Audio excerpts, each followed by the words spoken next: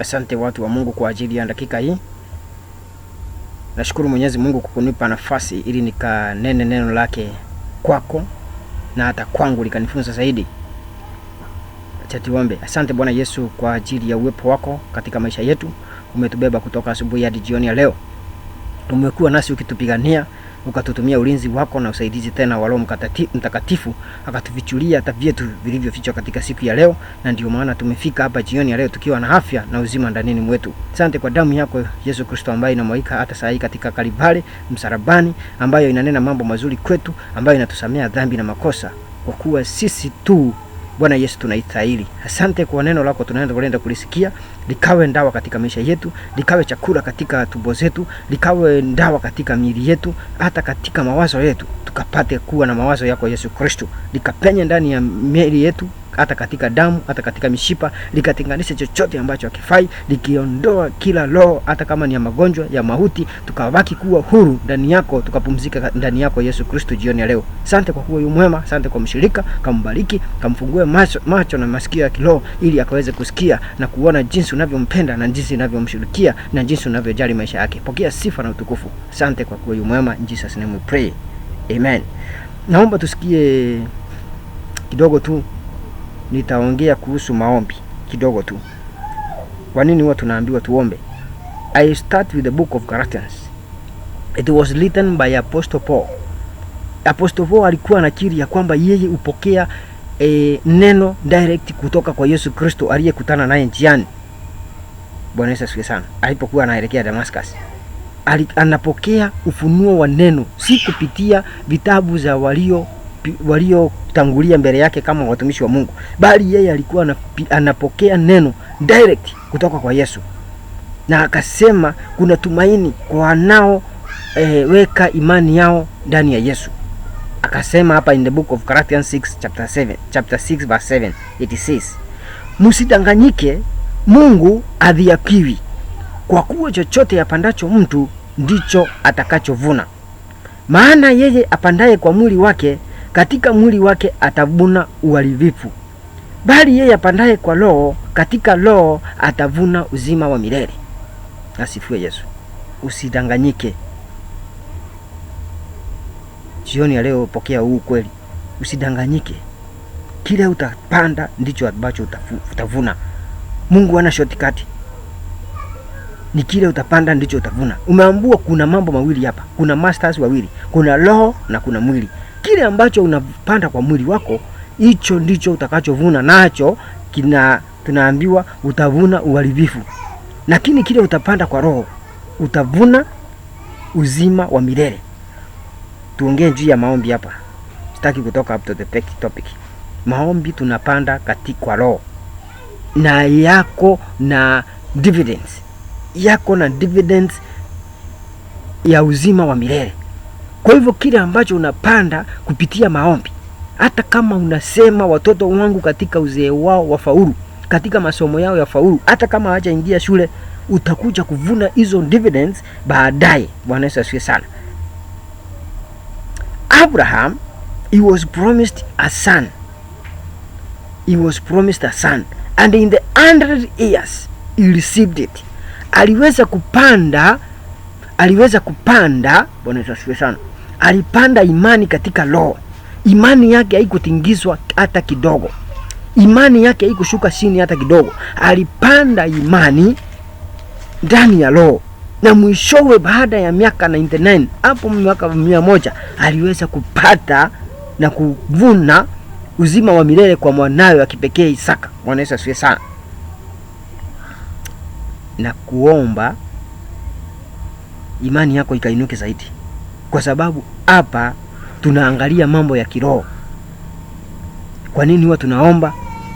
Kwa nini huwa tunamjengea Mungu madhabahu, nyumba yake? Kwa nini huwa tunaenda kanisa? Kwa sababu kuna kitu tunapanda. Na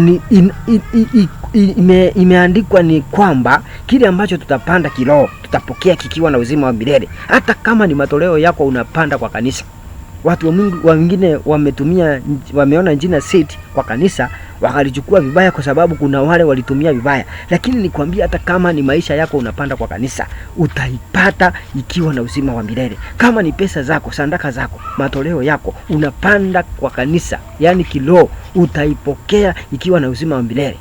Bwana Yesu asifiwe sana. Unajua wakati mwingine tunasaidia watu hata maskini, tunasaidia walio na shida ili waturudishie. Tunatamani hata hao wakuja watusaidie, lakini hivyo sivyo inafaa siku ya leo. Inafaa upande na uende zako. Tenda wema, uende zako, kwa sababu kuna dividends, kuna mavuno ambayo utavuna, na hayo mavuno yatakuwa na uzima wa milele. Asifiwe Yesu. In the book of Matthew 26:41 kuna jambo liko hapa la maana sana. Matthew 26:41. Naomba tu kusoma ili tuendanishe. Inasema hivi: nao walipokuwa wakila, Matthew 26:41, sorry. Matthew 26. Yesu tuanze 40. Matthew 26:40. Akawajia wale wanafunzi, akawakuta wamelala. Akamwambia Petro, "Je, hamkuweza kukesha pamoja nami hata saa moja?"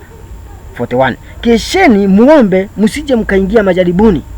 Roho i radhi, lakini mwili ni dhaifu. Bwana Yesu asifiwe sana. Kwa hivyo roho zetu zinapenda sana tuombe. Roho zetu zinapenda sana tufanye mambo mazuri, kama venye Galatians 5:22 inatuambia kunayo matunda ya Roho Mtakatifu: upendo, zote ziko hapo; kindness, perseverance, patience, zote ziko hapo. Roho iko inasema radhi, iko tayari kufanya ya roho. Kwa hivyo tukifuata ya mwili ni dhaifu. Kwa hivyo lazima tushinde mwili kila wakati, kwa sababu roho yetu hii hailali, haisinzii. Bwana Yesu asifiwe sana. Akawaambia, "Pita, kwa nini hata hamkukaa lisali moja? Kwa nini hata hamkuweza kukesha pamoja nami hata saa moja?" Anamwambia kesheni, muombe msije mkaingia majaribuni. Kwa hivyo unapokesha ukiomba, unapokaa kila wakati ukiomba, hata majaribu ya kuja haje, hautaweza kuanguka. Bwana Yesu asifiwe sana. Hawetaweza kuingia katika majaribu. Hata kama ni upepo mkali hautakutingiza, kwa sababu wewe ulipanda maombi ndani ya roho, na kile ambacho utakuja kuvuna ni uzima. Bwana Yesu asifiwe sana. Hata ije mafuriko hautatingizika, kwa sababu wewe uliamua kupanda katika roho. Bwana Yesu asifiwe sana. Kwa hivyo usichoke kuomba, mpenzi wangu. Wanafunzi wa Yesu hao wakinapita, kama waliomba hawangekuja kumkana Yesu, lakini majaribu ilipokuja walisema, "Mimi sikujui." Bwana Yesu asifiwe sana. Kuku ikawika mara 3. Unaingia katika majaribu na tena unaanguka. Bwana Yesu asifiwe sana. Lakini msikilizaji, nakwambia hivi, unapoomba, unapokuwa muombaji kila wakati, maombi ni mazungumzo na Mungu. Maombi, ukiwa mtu muombaji, kuna ukuta Mungu huwa anakuzingira nao wa moto. Hata maadui watume nini hawawezi penya. Hata majaribu ya kuja gani haiwezi kuangusha. Bwana Yesu asifiwe sana. Unalindwa na malaika, kwa sababu wewe ni mtu ambaye unazungumza na mbingu. Ni kama sasa utumwa kwa President Ruto pale kwa hekalu lake, limelindwa na GSU, limelindwa na jeshi, limelindwa na private security, limelindwa na reke. Kwa hivyo ukiwa pale unazungumza na president, wewe uko umelindwa. Hakuna adui anaweza penya akakuja pale huko. Bwana Yesu asifiwe sana. Hivyo ndivyo ilivyo mbingu. Ukiwa unazungumza na Mungu kila wakati, hivyo ndivyo uko karibu naye, na hivyo ndivyo utakuwa unalindwa kila wakati. Bwana Yesu asifiwe sana. Later Yesu in the book of, kama wanafunzi wa Yesu au wakina Peter wangeomba, it could be different to them. Hawangefanya kama vile walivyofanya. Bwana Yesu asifiwe sana. It is better usalitiwa na watu wa nje kuliko usalitiwa na watu wa ndani. Bwana Yesu asifiwe sana. Watu wa Mungu, maombi ni ukuta, ni ukuta wetu. Maombi ni ulinzi wetu. Bwana Yesu asifiwe sana.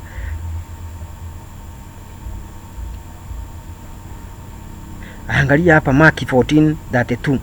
Kisha wakaja mpaka bustani iitwayo Getsemane, akawaambia wanafunzi wake, "Ketini hapa muda niombapo." akamtoa Petro na Yakobo na Yohana pamoja naye, akaanza kufadhaika sana na kuhangaika. Akawaambia, roho yangu ina huzuni nyingi kiasi cha kufa. Kaeni hapa mkeshe. Si mkae hapa muombe. 35 ikasema, akaendelea mbele kidogo, akaanguka kifundifundi akiomba ya kuwa ikiwezekana saa hiyo imwepuke. Akasema, Aba Baba, yote yawezekana kwako, uniondolee kikombe hiki, walakini si kama nitakavyo mimi, bali utakavyo wewe. Akacha akawakuta wamelala usingizi. Akamwambia Petro, je, Simoni, umelala hukuweza kukesha saa moja? Yesu hakuanguka kwa majaribu katika msalaba, hata walipomtemea mate, hata walipomchapa. Yeye hakuanguka kwa majaribu aanze kuambia ati nyinyi mmelaniwa, ati nyinyi mtaenda kwa shetani. Hapana. Aliweza kupita mtihani na akawaambia Mungu amemsamehe. Wasamehe Mungu kwa sababu hawajui ambalo linatendeka. Sasa sisi ingekuwa ni wewe na hauna maombi au kuomba Mungu akusaidie au kuitisha ukuta wa moto au kuitisha malaika wa kulinde, wewe ungekuwa ni wewe, ungebigana vita, ungejibu kwa matusi, hata wewe ungewatemea mate, ama ungefanya nini? Ungewaitia wanafunzi wa wachape. Maombi ndiyo ilimzuia Yesu Kristo mpaka kaenda msalabani bila kuanguka katika majaribu ya mwovu shetani. Bwana Yesu asifiwe sana. Akaja tena 40, akawakuta wamelala, maana macho yao yamekuwa mazito, wala hawakujua la kumjibu. Akaja mara ya tatu akamwambia, leleni sasa, mpumzike, yatosha, saa imekuja. Tazama, mwana wa Adamu anatiwa mikononi mwao wenye dhambi. Bwana Yesu asifiwe sana. The disciples, they missed that glory. Ndio unaona hata wakati wako na Yesu hawakuwa wanapokea Roho Mtakatifu mpaka aende ndio watumie Roho Mtakatifu. They missed that glory because the time was prayer is over. Hata wangeomba sasa, wakati wa maombi ulikuwa umekwisha. Hauwezi omba ukiwa umeanguka kwa majaribu. Hapana, itachukua muda kusikika. Hata Jona alipoingia katika tumbo ya samaki, ilichukua siku 3 yeye kusikiwa na Mungu, ili Mungu aweze kumsikia. Bwana Yesu asifiwe sana. Kwa hivyo wakati umeanguka kwa majaribu ni vigumu sana kuondolewa kwa haraka. Wacha tuombe mapema, wacha tuweke watoto wetu kwa maombi mapema, tuweke hata familia zetu kwa maombi mapema, tuweke hata biashara zetu kwa maombi mapema. Tutafute Mungu wakati wa asubuhi sana, ili hata tunapotoka safari zetu ziwe zimelindwa. Bwana Yesu asifiwe sana. Wacha kuomba saa ile umeingia kwa gari, wacha kuomba saa ile unaona ajali inatendeka. Hapana, tuombe mapema. Bwana Yesu asifiwe sana. Daudi in the book of Psalms 127 verse 2. In the book of Psalms 127 verse 2. Kuna kitu Daudi anasema hapa. Anamulilia Mungu akisema, kazi yenu ni bure. Anaanza 127 verse 1. Bwana asipoijenga nyumba, waijengao wafanya kazi bure. Bwana asipoulinda mji, yeye aulindaye akesha bure. Kazi yenu ni bure, mnaamka mapema na kuwaia kwenda kulala na kula chakula cha taabu. Yeye umpa mpenzi wake usingizi. Wewe umpa mpenzi wake usingizi. Bwana Yesu asifiwe sana. Asifiwe Yesu. Yaani Daudi alikuwa anamaanisha hivi hapa. Chochote Mungu hajajenga, hata wanaojenga wanafanya kazi bure. Mji ambao Mungu hajalinda, hata walinzi wanafanya kazi bure. Bwana Yesu asifiwe sana. Kama haujamtafuta Mungu kwanza, hata katika kujenga, unajenga, wajenzi wanafanya kazi bure. Kama unaenda kulinda mji wewe askari, na hata hauna Mungu au hujatafuta Mungu kwanza, unaenda kufanya kazi bure. Ndiye anasema kazi hizi zetu zenu ni bure. Kazi ile ni mzuri sana, ni kunitafuta, kwa sababu mimi nampa usingizi yule ambaye nampenda, yule ambaye ameleba, yule ambaye ametia bidii kunitafuta. Huyo ndio nitampa usingizi, alale apumzike. Hata chakula chake hakitakuwa cha taabu, hakitakuwa cha kusumbuka. Bwana Yesu asifiwe sana. Kwa hivyo kwanza tumtafute Mungu. Let's start with our altar. Wachawi huwa na hekima sana, ama watu ambao wanaendanga kwa wachawi. Akitaka kupata mtoto, anaenda kwanza na sadaka zake kwa mchawi. Lakini Wakristo tunakaa kama watu walio kwa giza ndio wako na hekima sana kuliko watu walio kwa mwangaza. Kwa sababu tumeona ukweli tukidanganyika. Ati sacrifice ya Yesu ndio ya mwisho. kutoa msalabani. Ile ilikuwa ya kutuokoa. Na je, sisi tukitaka kuokoa vyetu itakuwa aje? Bwana Yesu asifiwe sana. Lazima tujitolee kama jinsi wana wa Israeli waliambiwa watoke na vitu vyao na wao na familia zao wakamwabudu Mungu kwa mali zao na wao wenyewe. Bwana Yesu asifiwe sana. Kwa nini unanyima Mungu mali yako? Watu wa kijiji ama wazee wa kijiji mbeleni walikuwa wanatenga shamba ya kanisa. Shamba zao zinapokatwa walikuwa wanasema na ikatwe moja ya kanisa. Hao watu walikuwa wanaomba sana. Walikuwa wanaomba wakati wanaenda kuitisha mvua. Lakini kwa sababu ya matoleo waliungana wakasema kanisa itengewe shamba. Hao watu Mungu alikuwa nao. Watu wa Mungu, unaweza panda dhabihu zako katika roho na ukazipata zikiwa na uzima. Na unaweza zikula kwa mwili wako na mavuno yote ni uharibifu. Bwana Yesu asifiwe sana. In the book of Hebrews 4:11, Paulo anatuambia nini? Hebrews 4:11. Hebrews 4:11. Hebu sikia hapa. Inatuambia, basi na tufanye bidii kuingia katika raha ile, ili kwamba mtu yeyote asije akaanguka kwa mfano huo wa kuasi. Bwana Yesu asifiwe sana. Tufanye bidii. It is not automatic like salvation. Salvation ni uende umpokee Mungu, it is free. Lakini hizi zingine zote katika ufalme lazima ufanye bidii. Kama unataka kumuona Mungu, lazima ufanye bidii hata kwa moyo wako ukawe safi. Lazima ufanye bidii hata kwa moyo wako ukawe na amani na watu. Bwana Yesu asifiwe sana. Hebrews 12:14. Tafuta kwa bidii, amani utafuta kwa bidii. Ukitaka kumuona Mungu ni utakatifu ambao sio kila mtu ako nao. Amani na jirani, amani na familia yako, amani na watoto, amani na marafiki, amani hata na clients wako, ni kitu ambacho unafaa utafute kwa bidii ili umuone Mungu katika huo utakatifu. Kwa hivyo anasema tufanye bidii katika kuingia katika raha ile. Ni bidii. Kama ni kuamka asubuhi kuomba, enda uamka asubuhi kuomba. Kama ni kufika kanisani mapema, kama ni kushinda huko, kama ni kukaa kwa milima siku 40, lazima utie bidii. Yesu mwenyewe tumeona akikaa kwa mlima kwa changwa siku 40, alitia bidii ili aingie katika ile raha. Je, wewe ni nani unayesema Yesu alikufia msalabani ate ulale, ate upumzike kwa sababu unangojea tu kwenda mbinguni? Mbingu gani? Bwana Yesu asifiwe sana. Sitaenda hiyo direction, lakini watu wa Mungu, naomba tubadili mawazo yetu. Tubadili mawazo yetu kupitia neno hili kutoka siku ya leo. Na tujue Mungu aliakiwi. Chochote unachopanda, kama unapanda matusi, utaipokea. Matusi kwanza, hiyo si kitu ambayo inaonekana, ni unapanda kwa roho, utaipokea. Kama unapanda vitu vyako vya kuongea vibaya hata kwa watoto wako, utavipokea. Bwana Yesu asifiwe sana. Na kile ambacho unapanda kwa roho utakipokea kikiwa na uzima. Ni kama bibi. Kile ambacho unampa anakupea times 2 ya hicho umempa. Bwana Yesu asifiwe. Ukimpa upendo anakupa times 2. Ukimpa hasira atakupea times 2. Ukimpa hata pesa utakuta watoto wamevaa, nyumba imerembeshwa. Bwana Yesu asifiwe sana. Sitaki kuingia in direction, lakini chochote utapanda, Mungu adhiakiwi, ndicho ambacho utavuna. Naomba uinue mikono yako tuombe jioni ya leo ninapomalizia neno hili, na Mungu akubariki. Asante Bwana Yesu kwa ajili ya mtazamaji. Jioni ya leo namweka mikononi mwako. Bwana Yesu, neema yako ikazidi kuongezeka ndani yake. Bwana Yesu, upendo wako ukazidhihirishe kwake. Ukae naye, na Bwana Yesu ukimfunza njia zako, kwa sababu wewe haudhiakiwi, ya kwamba chochote mtu atapanda ndicho atakachovuna.